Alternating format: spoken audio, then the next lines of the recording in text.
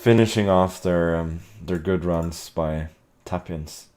And it turned out that I could, as long as I was in the right spot, sometimes I would get rebounds as well. A rebound goal, so... Turns out that these one-touch finishes I can actually do reasonably well, which shocked me. Fredrik Svana is the younger... I played him in another Title Tuesday as well. He's the younger brother of Rasmus. He's still a bit higher rated, but I think Fredrik is pretty talented and he's pretty booked up. So that's why he plays this Bishop C5 line, which is one of the big... So now he plays with Knight C6 or Knight D4. Is this the point? Okay, let me avoid the trade. Usually in that position, black goes A6. Sorry, H6 to prevent Bishop G5, but maybe it's not necessary. Does he want Bishop G4 now? F5, Knight F5? F3, Knight F5? Maybe that was actually possible.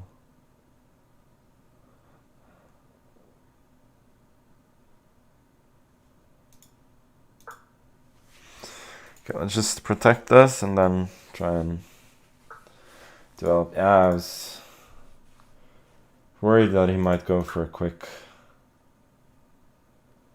C6 and then D5. Now I kind of have to play this somewhat dull structure.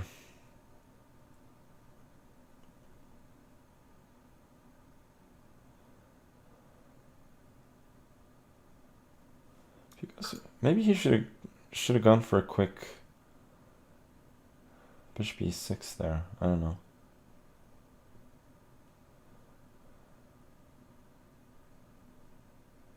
I feel like my knight is not very good on C3, so I want to move it somewhere else. Roll it here and then maybe here. Also now I give better protection to C4, which means that I don't have to take on B5, which I think would be a concession.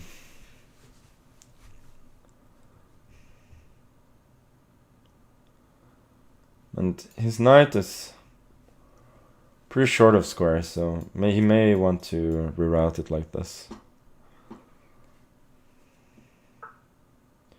So queen b7. I think I'm quite happy to go bishop a5.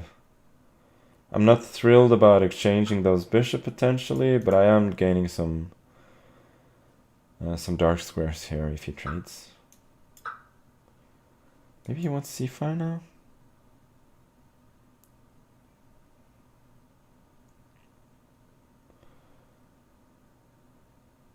Don't think I'm too unhappy to see that though. Oh, I was about to go rook d2, but I think b4 and then knight c6. My queen is in a little bit of trouble. Yeah, maybe I may have underestimated this plan, but I'm still really solid. So I don't think I'm really worse, but I'm probably not better.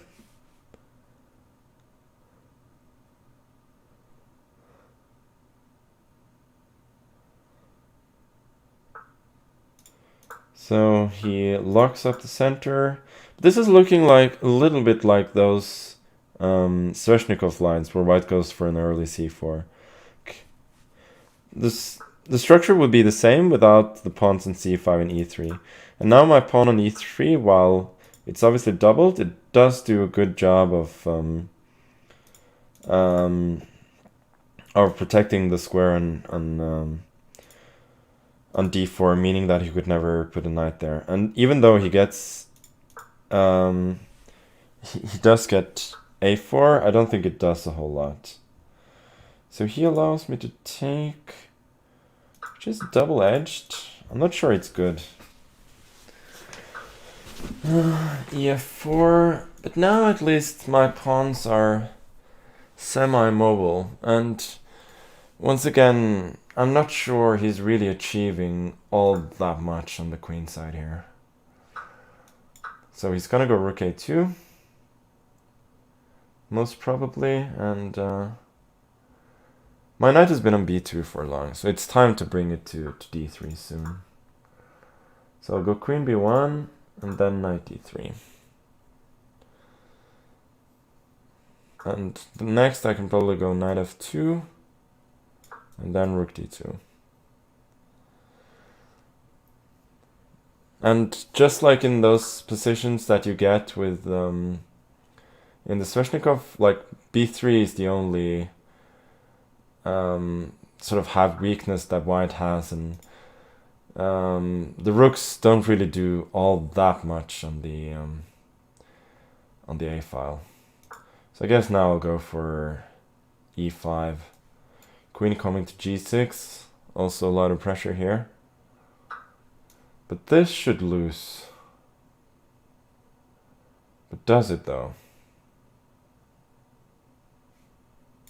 Okay, let me go knight g4 first. Introducing a fork. Now rook d8 is a big threat.